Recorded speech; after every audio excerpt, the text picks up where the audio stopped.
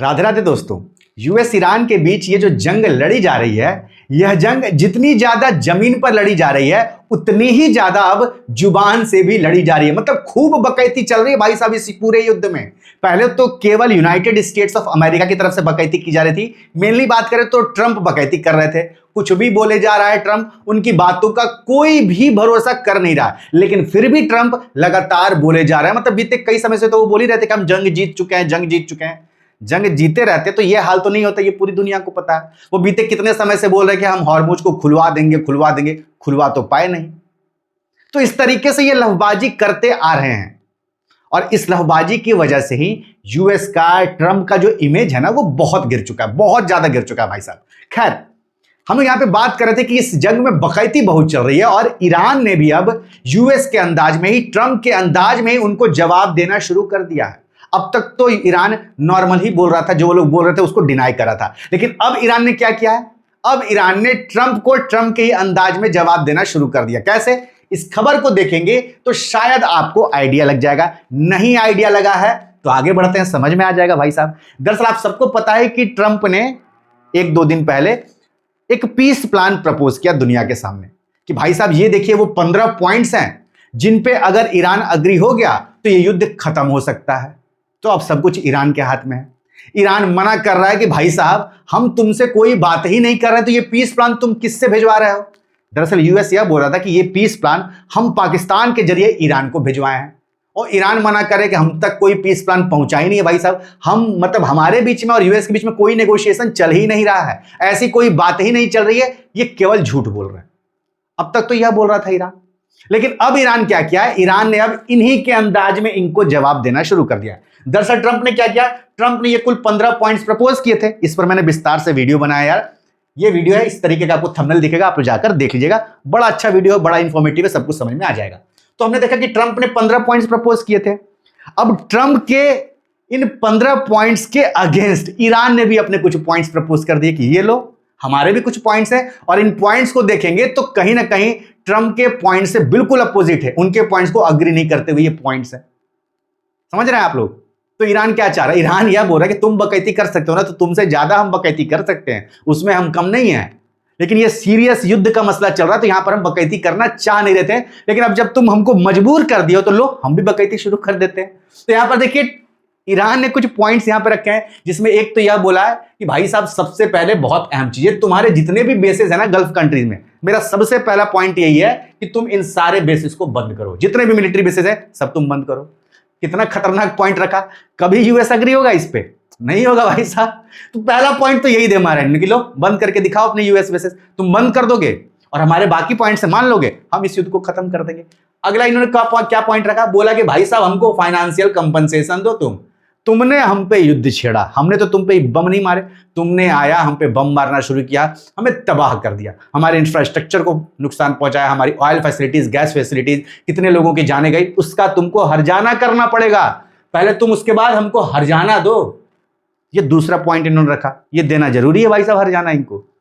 और ये इस चीज का डिमांड तो ईरान वाले बहुत पहले से करते आ रहे हैं कि ये तो चाहिए ही चाहिए, हमको पैसा तो चाहिए भाई साहब।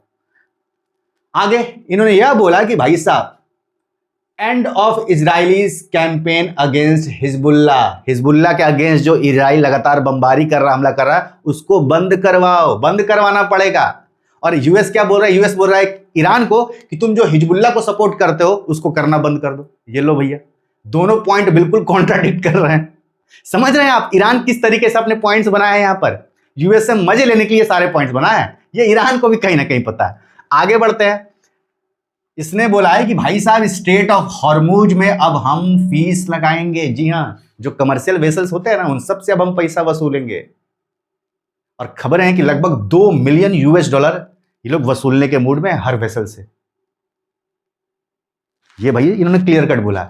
यूएस का क्या पॉइंट है? यूएस का पॉइंट है कि बिल्कुल ये फ्री छोड़ो, और ये फ्री छोड़ना भी चाहिए। यहां पर कोई मतलब नहीं बनता भाई, ये इंटरनेशनल रूट्स है, इस पे आप कब्जा नहीं कर सकते। ये तो ईरान गलत कर रहा है, लेकिन ईरान ने ये प्रपोज किया है। हालांकि ये गलत चीज है क्योंकि वो इंटरनेशनल ट्रेड रूट है और आप वहां पे पैसा लोगे तो वो चीज गलत है।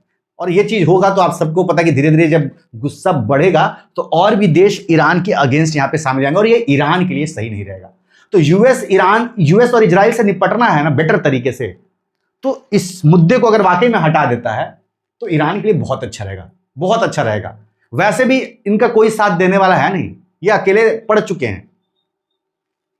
अगला पॉइंट इन्होंने यह रखा कि भाई हम पूरे स्ट्रेट ऑफ हॉर्मुज पे हम कंट्रोल रखेंगे। जो तुम बोल रहे हो कि फ्री छोड़ दो, कोई फ्री नहीं, ये हमारे कंट्रोल में रहेगा अब, ऐसा कहना है ईरान का। अगला पॉइंट ईरान ने क्या बोला, ईरान ने यह बोला कि भाई साहब ये जो हमारे बीच चल रहा है पूरा हॉस्टिलिटी का जो सिचुएशन बन चुका है वो खत्म करो। अब तुम आगे से अटैक नहीं करोगे, ये वादा करो। ये नहीं कि अभी तुम पीछे हटे कि हाँ पीस हो गया फिर बाद में तुम अटैक कर दो। हम अपने राइट्स को पूरी तरीके से चाहते, तुम हमारे राइट्स खत्म ना करो और आगे से अटैक ना करो, इसका भी वादा करो। ये भी ईरान बोल दिया और साथ साथ बोला कि जितने भी सैंक्शन लगाए बिना मतलब के सारे सैंक्शन हमसे हटाओ। तो ये पॉइंट्स किसने प्रपोज किए हैं? ये पॉइंट्स ईरान ने प्रपोज किए हैं। ये देखिए किसके पॉइंट है, ये सारे points United states of America ने दिए हैं। कंपेयर करेंगे तो ये पॉइंट्स बिल्कुल अपोजिट हैं।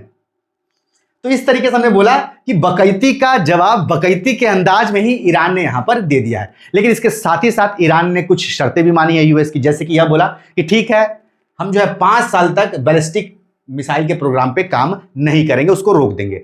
अच्छा यहां पर यूएस ने क्या बोला इनसे, यूएस ने यह बोला था कि तुमको जो लॉन्ग रेंज वाली बैलिस्टिक मिसाइल है, जो बहुत उन्नत किस्म की बैलिस्टिक मिसाइल है, उस पर काम अब नहीं करना, आगे से कभी नहीं करना। ये यूएस ने, ट्रंप ने अपने 15 पॉइंट्स में बोला था। लेकिन यहां पर ये क्या बोल रहे हैं, हम केवल 5 साल तक इसको होल्ड करेंगे।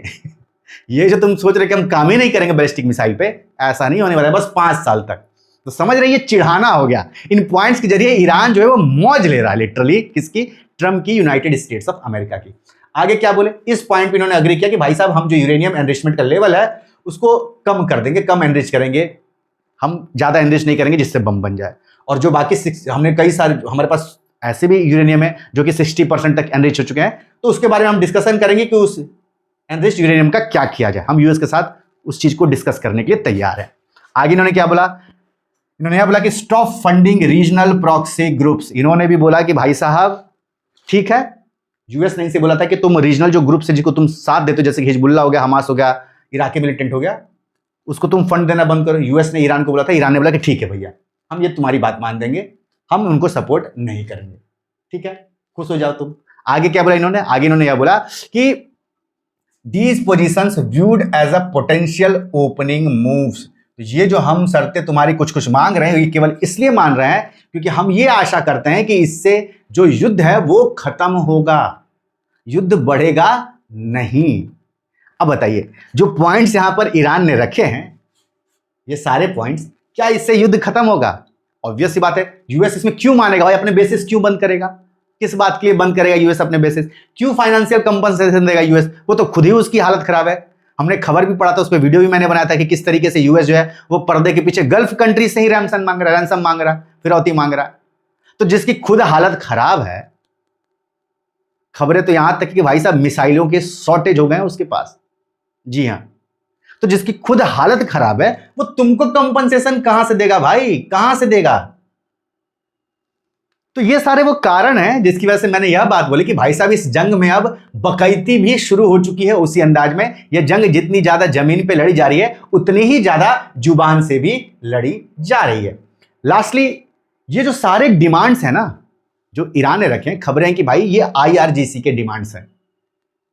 क्योंकि जैसे ही खामनेई की मौत हुई है, अब खबरें कि आईआरजीसी जो है वो कहीं ना कहीं पूरा कंट्रोल अपने हाथ में ले चुका है और पूरे वही आईआरजीसी अपने हिसाब से पूरे ईरान को अभी चला रहा है। तो ये डिमांड्स उसी की हैं, आईआरजीसी की ये सारे डिमांड्स हैं। इसके अलावा हमने देखा ईरान की तरफ से ऑफिशियली जो आईआरजीसी के स्पोक्स पर्सन है, उन्होंने भाई साहब आकर मीडिया के सामने इस बात को बोला, हम कोई बात कर ही नहीं रहे हैं। ये खबर जब यूएस ने 15 पॉइंट रखा था उसके बाद ये खबर आ गई थी, जब इन्होंने बोला कि भाई साहब हम कोई डिस्कशन कर ही नहीं रहे यूएस के साथ, मतलब ही नहीं बनते, यूएस झूठ बोल रहा है।